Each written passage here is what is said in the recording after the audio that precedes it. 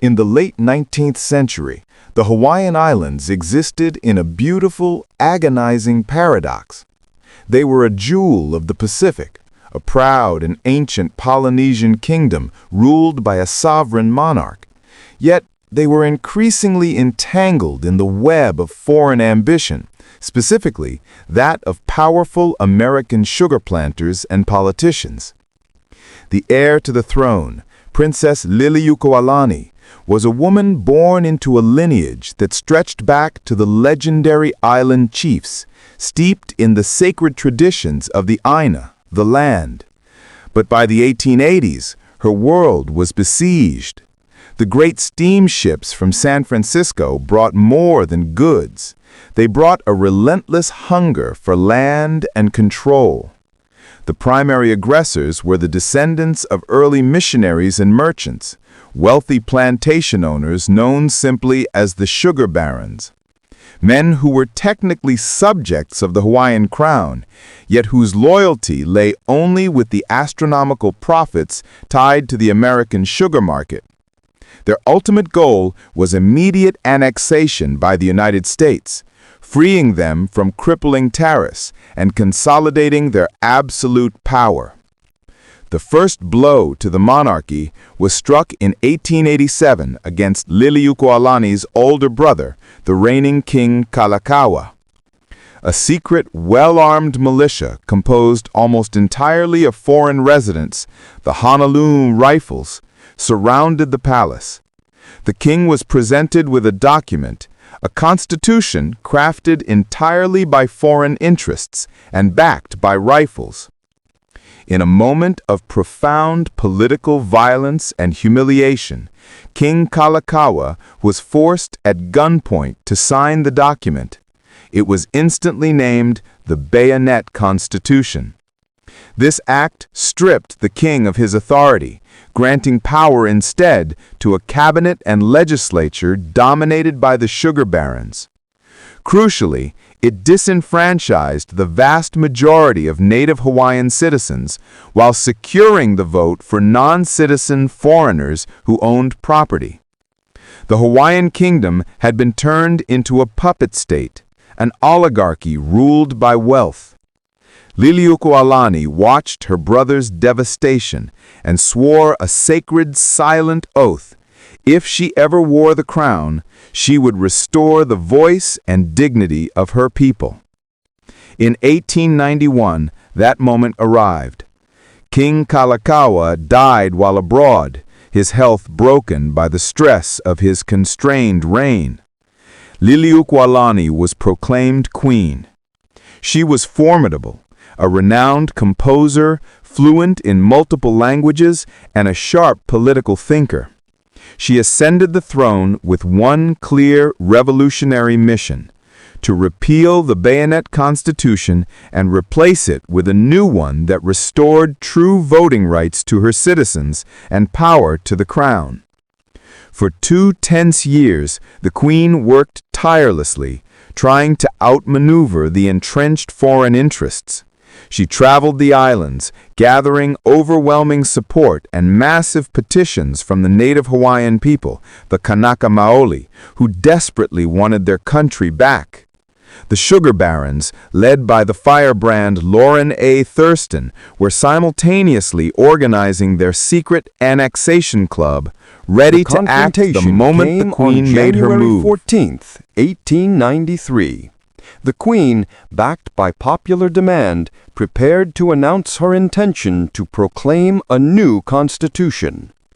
The courtyard outside Iolani Palace was packed with thousands of cheering Hawaiians, vibrating with hope. But just as she was about to speak, 3 of her own cabinet ministers, fearful of the violence they knew the foreign militia would unleash, pleaded with her to wait, warning that an immediate proclamation would provoke bloodshed. To avoid civil war, the Queen reluctantly agreed to a temporary delay, issuing a statement that she would proceed in a few days in a constitutional manner. This decision, a noble choice to avoid the shedding of her people's blood, proved fatal. The delay gave the conspirators exactly the opening they needed. Thurston and his co-conspirators immediately seized the opportunity, falsely announcing that the Queen had illegally attempted to overthrow the government. They proclaimed themselves the Committee of Safety. Their real power, however, lay not in their small militia, but in the blatant support of a U.S. diplomat. On January 16, 1893, U.S. Minister John L. Stevens, a man who had declared that the Hawaiian pear was now fully ripe, ordered the unthinkable. 162 armed U.S. Marines and sailors from the USS Boston were marched off the ship and stationed around Honolulu, directly surrounding Iolani Palace. The U.S. military was visibly, undeniably siding with the insurgents. The Queen's small royal guard, staring down the U.S. Navy, had no choice but to stand down.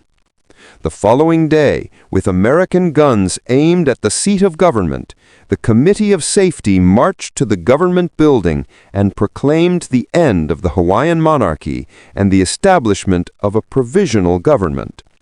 Faced with the choice between a hopeless, bloody war against the combined forces of the insurgents and the U.S. military and a diplomatic surrender, Queen Liliuokalani chose the latter. She refused to let her people die for her crown. She signed a declaration yielding her authority under protest. Crucially, she surrendered not to the insurgents, but to the government of the United States, trusting that the U.S. government would investigate the illegal actions of its representative and restore her to the throne. The Hawaiian Kingdom, a sovereign nation, had vanished in a day.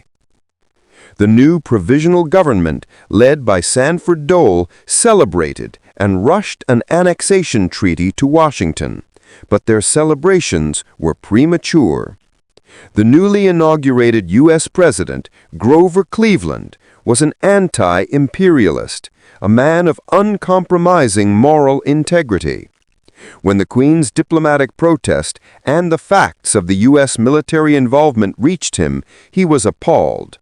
He appointed a special commissioner who confirmed the coup was an illegal conspiracy executed with the essential aid of the U.S. minister and Marines.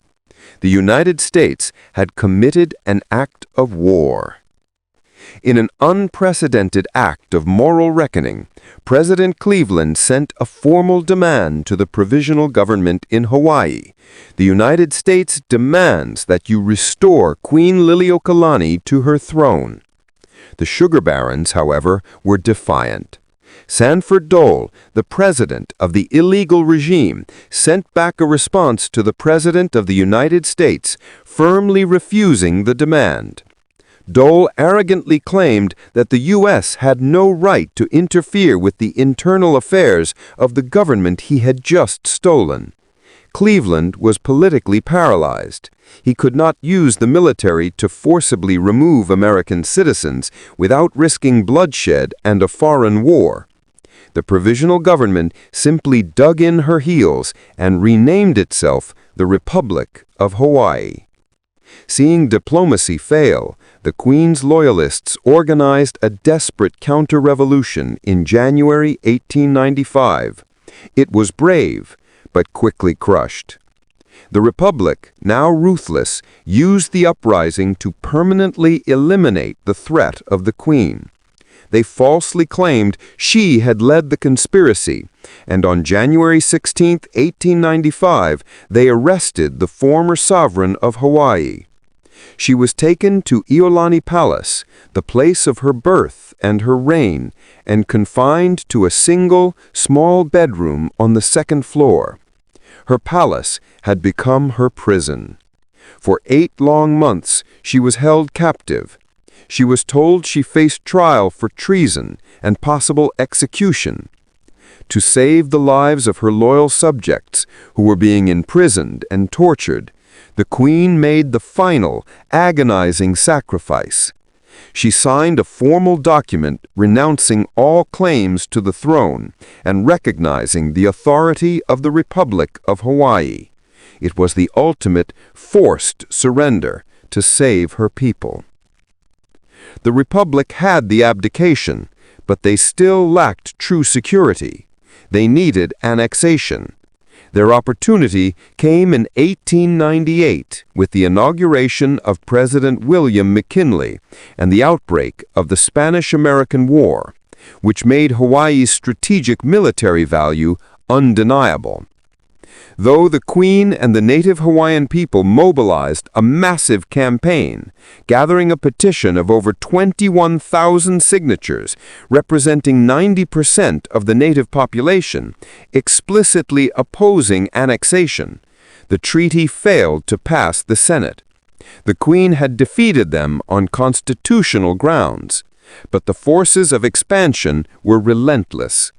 They found a legislative loophole, annexing the islands not by a treaty, but by a simple joint resolution requiring only a simple majority. This was an unprecedented, desperate measure, yet it worked. On July 7, 1898, President McKinley signed the Newlands Resolution. The Kingdom of Hawaii was formally annexed as a territory of the United States. On August 12, 1898, the U.S. flag was raised over Iolani Palace. Thousands of native Hawaiians stood in the fields beyond the grounds, their backs turned to the ceremony, wearing black armbands in silent, heartbroken protest. Queen Liliuokalani lived the remainder of her life as a private citizen, continuously advocating for the rights of her people until her death in 1917. She never abandoned her conviction that the overthrow was an illegal, immoral act. It would take nearly a century, but her faith in justice was finally affirmed. In 1993, the U.S. Congress and President Bill Clinton signed the Apology Resolution, formally acknowledging that the overthrow of the Kingdom of Hawaii was executed with the illegal participation of agents of the United States and offering an apology to the native Hawaiian people for the deprivation of their rights. The last Queen's sacrifice was recognized, closing the book on one of the most astonishing and tragic true stories of royalty and revolution in American history.